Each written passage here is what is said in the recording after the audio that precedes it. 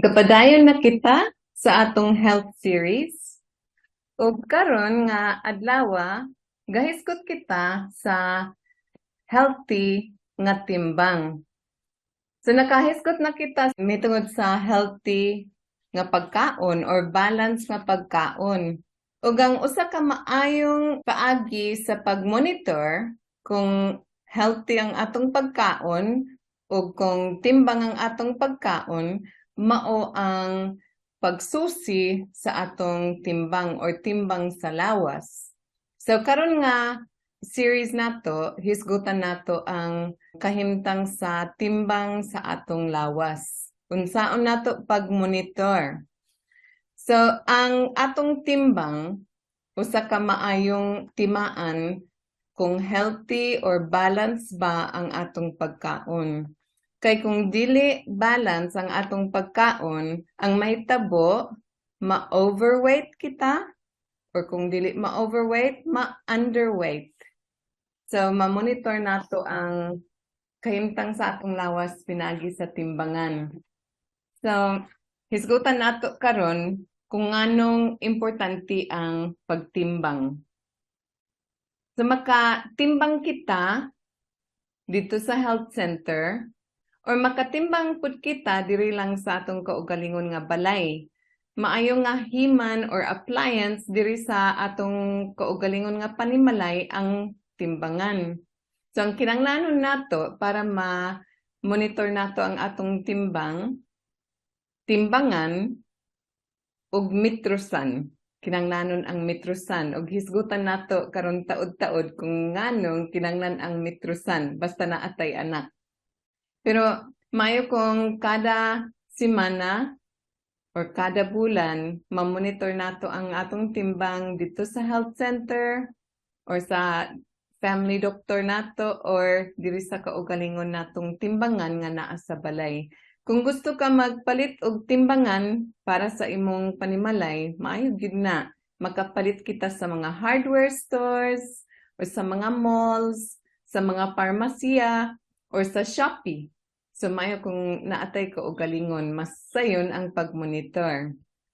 Pinaagi sa sinimana nga pagtimbang nimo sa imong mga anak or sa imong kaugalingon pod, imong ma-monitor kung gaka-overweight sila or kung gaka-underweight. Ang ipasabot sa overweight, sobra ang ilang timbang kaysa healthy. Ug ang ipasabot sa underweight, kulang ang ilang timbang kaysa healthy. Kung gaka-overweight ang atong mga anak or sa ato pa sobra ang ilang timbang kaysa healthy, maayo kung naatay action. Kinahanglan diretso kita mag-action basta matiman-an nato nga gaka-overweight atong mga bata. Or naatay buhaton nga strategy or plano kung unsaon nato nga makapabalik nato og healthy ang ilang timbang. Dako kaayong makatabang sa ato kung naatay strategy or plano. Inig kasusi nato nga gaka-overweight di ay ang usa sa atong mga bata or usa sa atong pamilya or atong kaugalingon gaka-overweight ta. Dito nato i-apply or lihokon ang atong strategy kung unsaon pagpabalik nato ang atong timbang sa healthy nga range. Healthy range. Na ay range sa atong healthy nga timbang or sa ato pa na ay healthy nga pinaka-minus ug na ay healthy nga pinakataas ug ang tawag ana is range. Sige, ug kung gaka underweight ang timbang sa atong anak or atong kaugalingon nga timbang or usa sa atong pamilya, may pud kung naatay strategy or plano nga atong i-apply or lihokon diretso para mutaas iyang timbang hangtod maabot niya ang healthy nga range nga timbang. Importante ang healthy nga timbang sa matag membro sa pamilya. Ug importante nga kitang mga ginikanan magpakita kita og maayong panig-ingnan para sa atong mga anak. Kay gaawatan man kita nila. Talagsa ang mga bata nga manguna sa pagsusi kung unsa ang kinahanglanon sa ilang mga lawas. Kasagara, kung dili kita manguna, pagdala sa healthy lifestyle sa atong pamilya, ma-develop sad sa mga bata ang mga unhealthy habits nga moresulta og mga problema sa lawas. Sama sa mga problema sa mga ngipon o sana ka resulta sa unhealthy lifestyle. Sama sa mga pagsakit sa ulo, mga headaches, resulta gihapon sa unhealthy lifestyle, mga migraines, sobrang nga sugar sa atong dugo, taas nga BP, mga bato sa atong abdo or sa atong kidney or sa atong pantog, mga high cholesterol, kadto-tanan mga result sa unhealthy lifestyle. O kung kitang mga ginikanan, dili nato madala ang atong tibok pamilya ngadto sa healthy nga lifestyle nga basin makahinam kita nga ang atong mga anak pag isog na sa ilang edad makaabot sila ni ining mga problema sa lawas. Apan ang maayong balita, naay maayong balita, kung musangpot kita ni ining mga sakita tungod sa dili balance ang atong pagkaon or tungod nga overweight kita, naapatay higayon nga mabawi.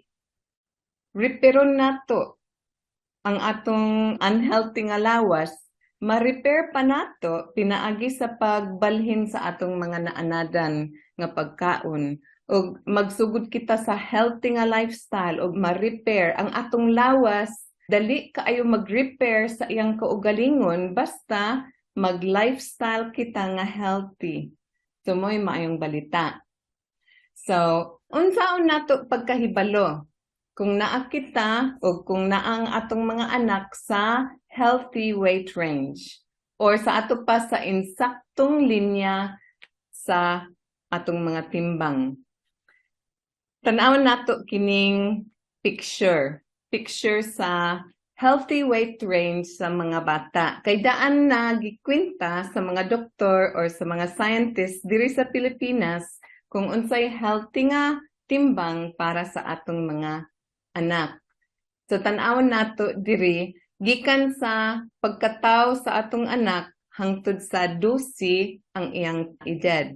Makita nato diri sa chart kung unsay healthy nga timbang para sa atong mga anak. O kung gusto ninyo nga i-download kini nga chart, pwede i-download ninyo diri sa atong website. Ma-download. So pwede tan-awon ninyo sa inyong balay. So diri sa atong chart makita nato ang kinahanglanon ra nato is kanang tape measure or metrosan ug timbangan. Makwenta dayon nato. Makwenta sad nato kung unsa ang normal or average nga kataas sa kada edad. Ug nagdepende pud sa gender or kung lalaki siya or kung babae ba. So tan-aw nato diri sa chart ang para sa mga boys naa sa left side, ang para sa mga girls naa diri sa right side. So tan-awa kung pananglitan pila ang edad sa imong anak, kung 4, kung 5, unsa iyang gender, lalaki ba siya or babae ba siya. So masukod nimo siya pinagi sa metrosan unsa iyang kataas. Tan-awa nimo.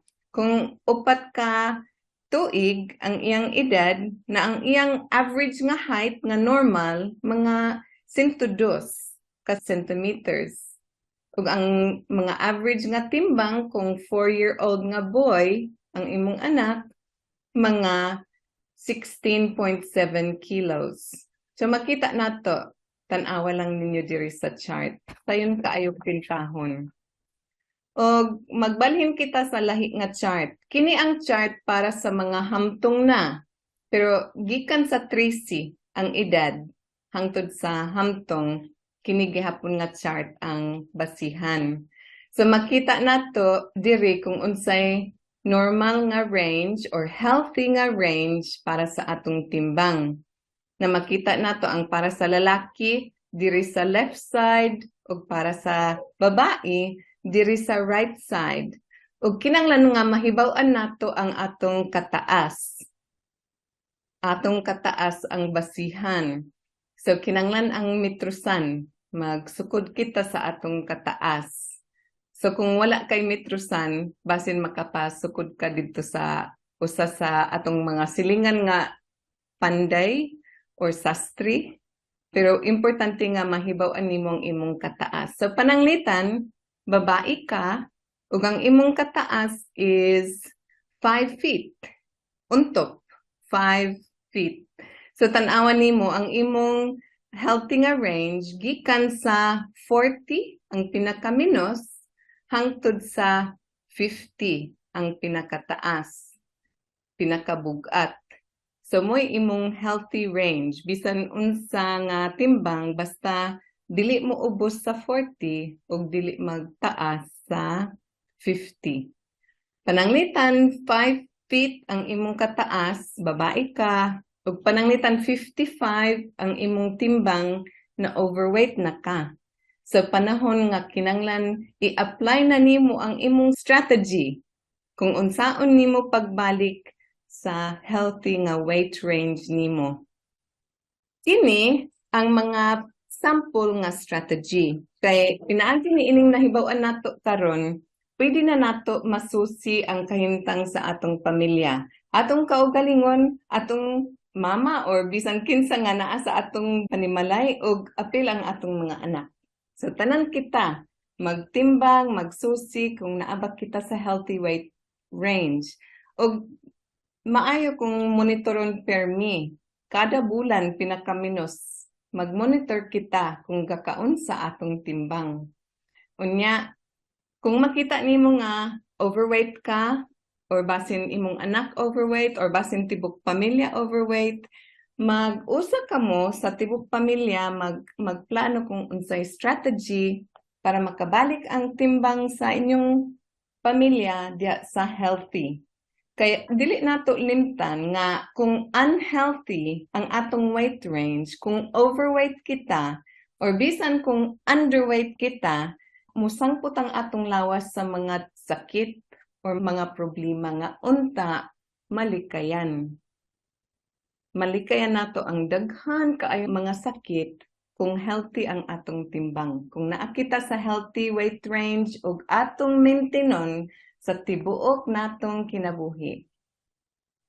So kini nga hisgutan nako karon sample nga strategy nga pwede i-apply nato kung pananglitan na discover nato nga overweight kita. Overweight. So strategy kini para sa mga overweight. Takson or limitahan ang rice. May kung usa ra gyud ka cup kada kaon or kung pwede kaduhara sa usa ka adlaw. Dayon kausa lang sa usa ka semana ang treats. Treats nga katong murag lami kaayo nga pagkaon pero dili healthy nga pagkaon, parehas pananglitan sa fried chicken or pizza or hamburgers or mga pinirito or mga candy, mga junk foods, mga cake. Katong mga treats nga klase nga food nga dili gyud maayong kanon kada adlaw. So basin limitan og kausara sa usa ka semana nga makakaon kita og ingon ana. Uban sa atong mga anak. So basin na atay piliun nga adlaw nga kanang Friday night or Saturday na atay family treat time. So mukaon kita og fried chicken, pananglitan, o magpalit kita og mga junk foods, magkaon kita bibo, pero kausarag gyud sa usa ka semana. Og pagkahuman, maniguro na pud ta nga dili na makakaon og ingon anak nga pagkaon hangtod sa sunod nga adlaw nga na-schedule ang treats.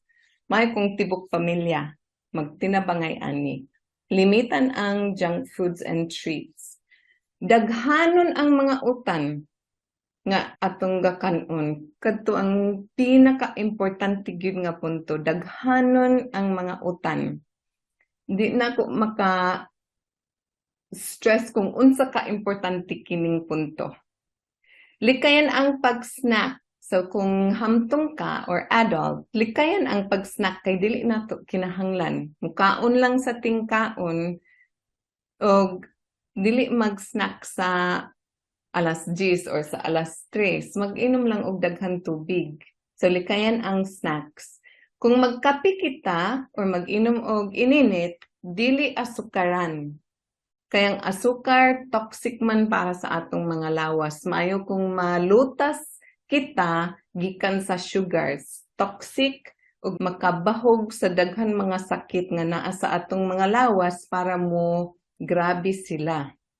So, likayan ang pag-sugar sa atong mga kape. Pwede butangan og gatas. Ang imong kape or akong kape, pwede gatas or pure nga black coffee pero dili asukaran. Atong mga bata po, dili asukaran ang ilang milk. Ayaw kalimti nga toxic ang sugars.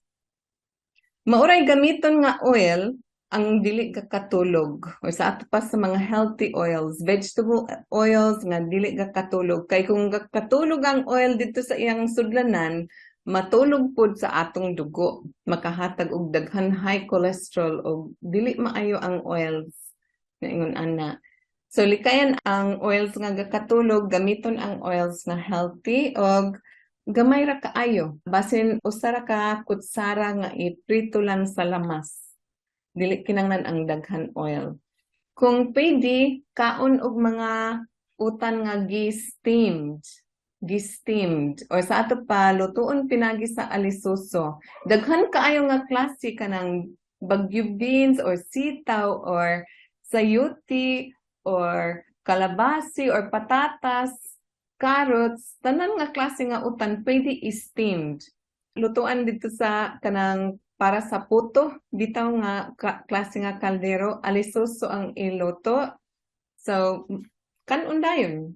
Maanad kita kay diri sa among balay kasagara mag-steamed mi, butangan og gamay nga asin, lami man kaayo. Maanad atong mga baba.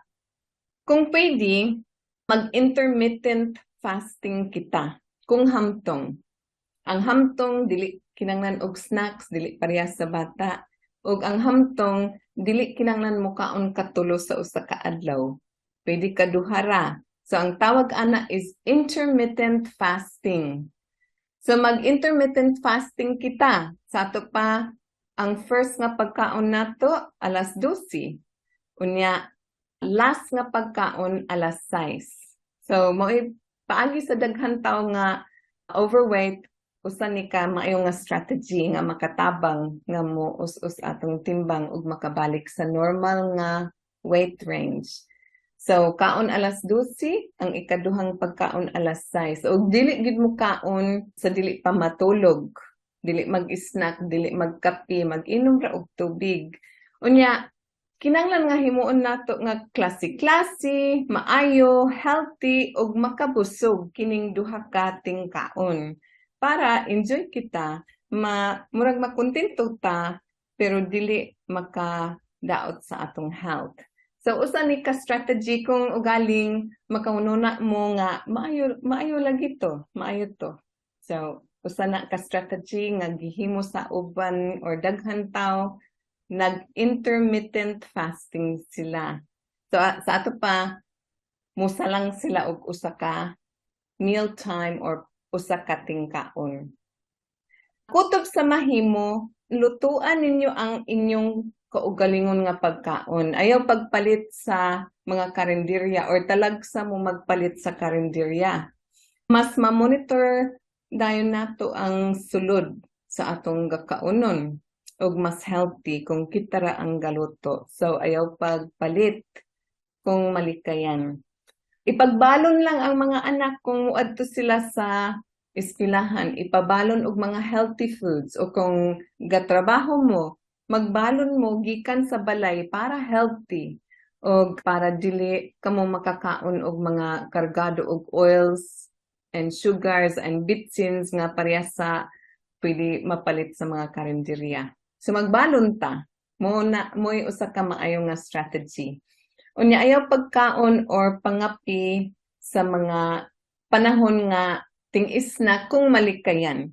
Pero ang mga bata ipa-snack sila og mga healthy snacks kay ang bata kasagara kinahanglan mag-snack. Ipa-snack sila og prutas, mga mani, mga lagutmon, mga healthy kaayo to, avocado, kamuti, mo'y mga healthy nga snacks para sa atong bata. Pero kitang mga hamtong na dili man kinahanglan sa atong lawas ang mga snacks. Kini nga strategy, kining mga nahisgutan nga punto, makatabang gyud nga mo reduce ang atong timbang kung overweight kita. Pero na ako'y usa ka problema sa health kanang underweight or kulang og timbang.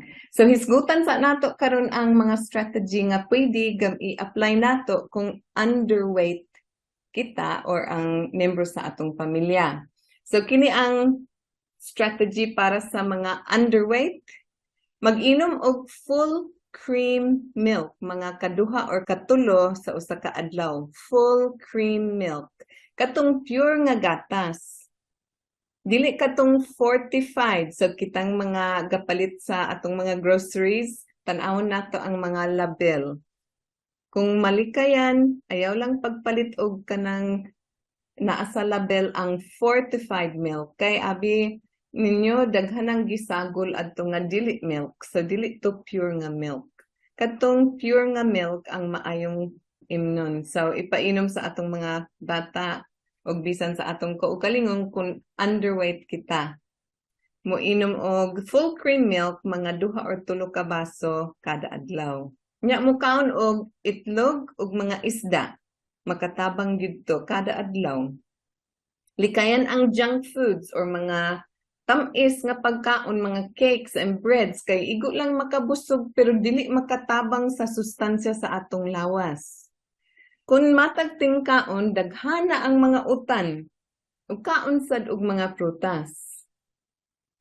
Mag-snack kaduha sa usa ka adlaw pero dili kadtong snacks nga mga junk foods or mga biskwit. Magkaon og healthy nga snacks parehas sa prutas, bisan unsa nga klase, bayabas or bisan unsa mga mani, mga lagutmon, kanang presko nga pwede i-snack nato mga saging, avocado.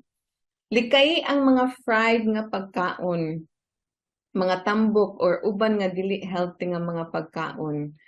Kung ugaling mukaon kita ana, mayo kung kausara sa usa ka semana. Ug likayan pud ang over kadaghan nga rice. Kay ang rice ayaw kalimti nga mahimo na nga sugar kung mahilis diri sa atong lawas, mahimo nga sugar diri sa atong dugo.